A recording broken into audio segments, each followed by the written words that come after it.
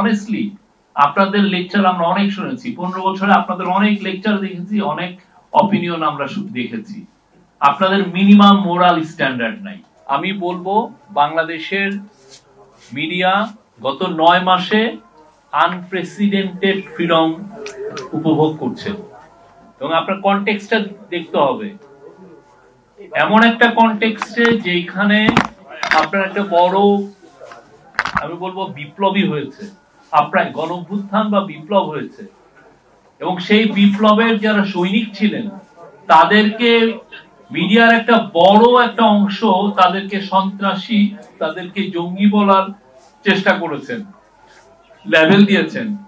এদের একটা বড় অংশ হাসিনাকে যে বৈধতা দিয়ে আসছেন যে আপনি যা ইচ্ছা করেন, আপনার ওই যে এখনো এই অনলাইনে আপনি দেখবেন যে এটা পাওয়া যায় যে ভিডিওতে কোন কোন সাংবাদিক কি কি বলছেন সবগুলো। কিন্তু দেখেন 9 মাসে এই গভর্নমেন্ট, ইন্টারিম গভর্নমেন্টের যেটা আমি বলবো যে সবচেয়ে বড় একটা অ্যাচিভমেন্ট, সেটা হচ্ছে যে সবাইকে শান্ত রাখা, যে না আইন নিজের হাতে তুলে নেবেন না।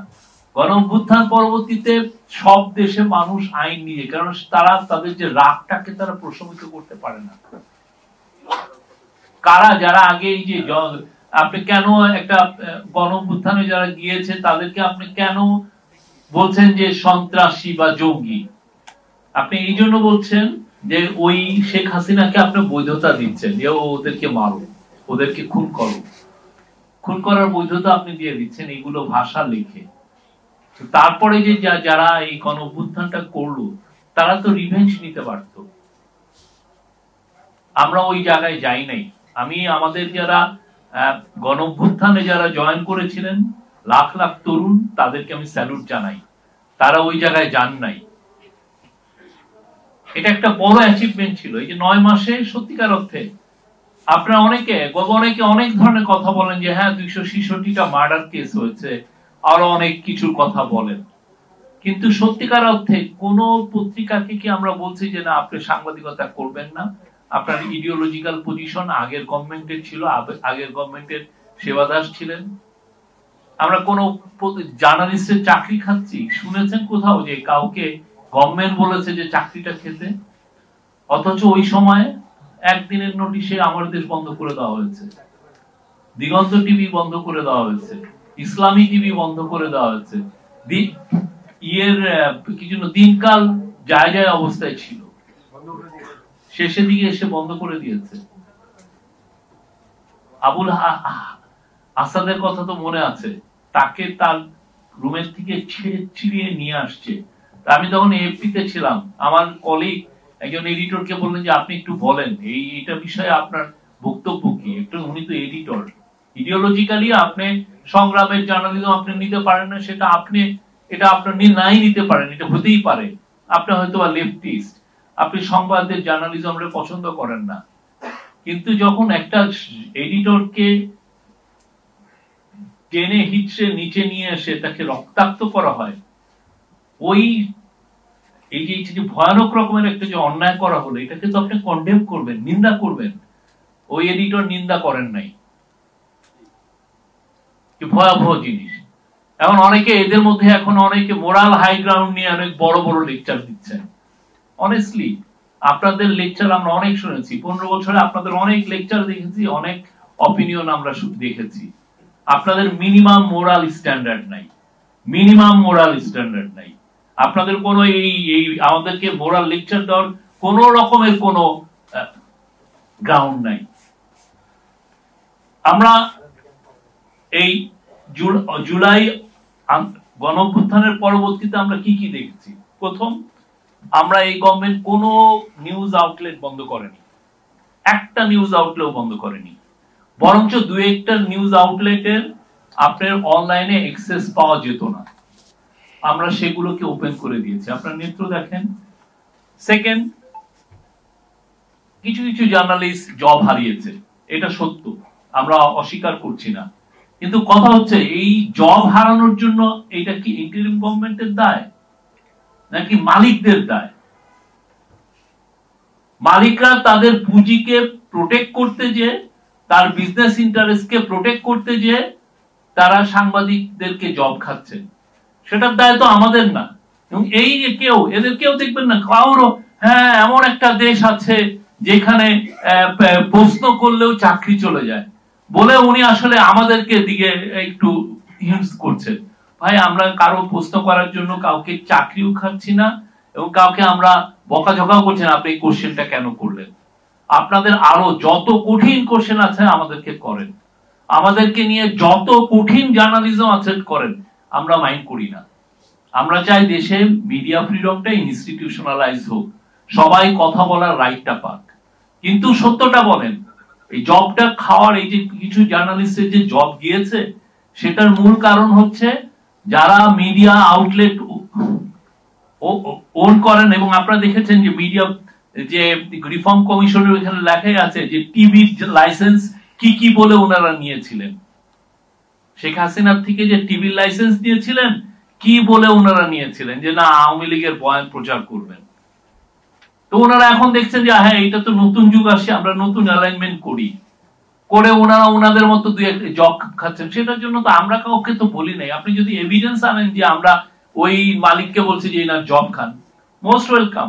3 নাম্বার, হ্যাঁ 167 জনের অ্যাক্রিডিটেশন কার্ড ক্যান্সেল করা হয়েছিল, আমরা বলেছি এটা মিস্টেক এবং সেই অনুযায়ী আমরা খুব দ্রুত আমরা যেটা করেছি অ্যাক্রিডিটেশনের জন্য নতুন কমিটি করেছি, নতুন অ্যাক্রিডিটেশনের নীতিমালা হয়েছে এবং আপনারা নিশ্চিত থাকেন খুব দ্রুত আমরা অ্যাক্রিডিটেশন কার্ড দেব এবং নীতিমালাটা খুব সহজ করা হয়েছে, জার্নালিস্ট ফ্রেন্ডলি করা হয়েছে।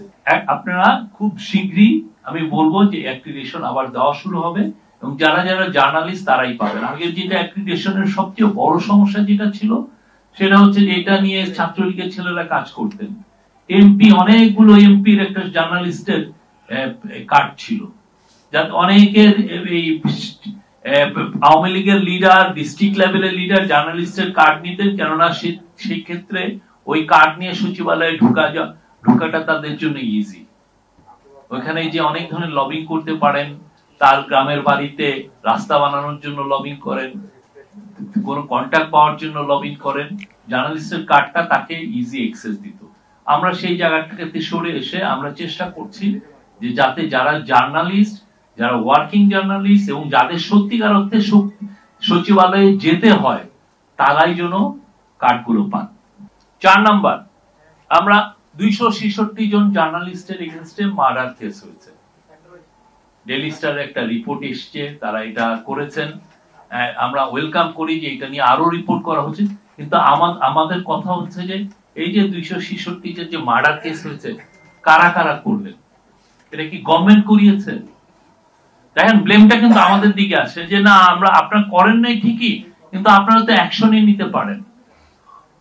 কিন্তু ওনারা কিন্তু লয়ারদের কাছে যাবেন না, লয়ারের কাছে জিজ্ঞেস করলে লয়াররাই কিন্তু ওনাদেরকে বললেন যে না গভর্নমেন্টের পক্ষে একজন যদি কেস করে সেটা বন্ধ করা খুবই ডিফিকাল্ট, অলমোস্ট ইম্পসিবল।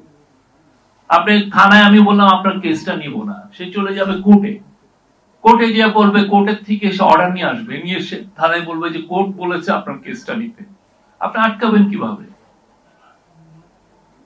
এই 266 পিছনে কিন্তু ইন্টারিম গভর্নমেন্টের দায়ী না। আর এই 266টা যে মার্ডার কেস হলো, এই যে সাংবাদিকদের এগেইনস্টে মার্ডার কেসটা কেন হলো, তো আমাদের এই বিষয়টা আমরা মনে করি আমরা এটা আরো স্বচ্ছভাবে আমরা ইনভেস্টিগেট করছি। আমরা আশা করি এইটার আপনারা রেজাল্ট পাবেন। আমরা যারা যারা এটার সাথে জড়িত না, এগুলোর সাথে যাদের বিরুদ্ধে হ্যারাসমেন্ট করা হয়েছে, আমাদের আইন উপদেষ্টা বারবার বলেছেন সেই বিষয়টা আমরা দেখছি এবং যাদের যাদের আমরা অলরেডি বলেছি যে বেশি অলমোস্ট এভরি কেসে 2, 3, 4, 5টা কেস ছাড়া এই কেসে আমরা কাউকে হ্যারেস করছি না, কাউরে আমরা অ্যারেস্টও করছি না। অনেকে তাদের চাকরি ঠিক মতো করছেন, আমি শুনি নাই যে তারা কোনো ফেস করছেন এবং আমরা আশা করছি যে এই চ্যাপ্টারটা খুব দ্রুত ক্লোজড হবে।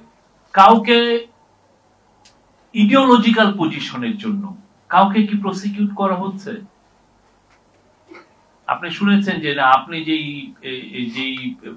ইডিওলজিক্যাল পজিশন আপনি ধারণ করেন সেটার জন্য কি কোনো আমরা কাউকে কারো ফ্রিডম অফ এক্সপ্রেশনটা কেড়ে নিচ্ছি, আপনার কথা বলার রাইটটা কেড়ে নিচ্ছি, আপনার ফেসবুকের আইডিটা খেয়ে দিচ্ছি, আপনাকে বলছি যে না আপনি এটা করতে পারবেন না।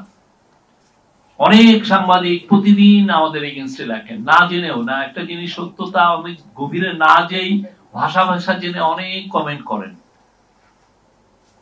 কিন্তু আমরা তো এগুলোর ব্যাপারে একদম চুপচাপ। কারণ আমরা জানি আমি এটা নিয়ে যদি একটা কথা বলতে যাই উনি বলবেন যে আমি হুমকির শিকার হচ্ছি। আমরা যারা সত্যিকার অর্থে গভর্নমেন্টে এসে আমরা হাত পা আসলে বাঁধা, অনেক ক্ষেত্রে অনেক কিছু বলতেও পারি না। আমি ফেসবুকে দেখছি যে উনি একটা ডাহা মিথ্যা লিখেছেন, আমি বলতে পারতেছিল যে আপনি মিথ্যা আমি যখনই বলবো যে আপনি মিথ্যা লিখেছেন, উনি দেখছেন উনি কিন্তু এসে আমাকে হুমকি দিচ্ছেন যে তুমি মিথ্যা লিখেছো।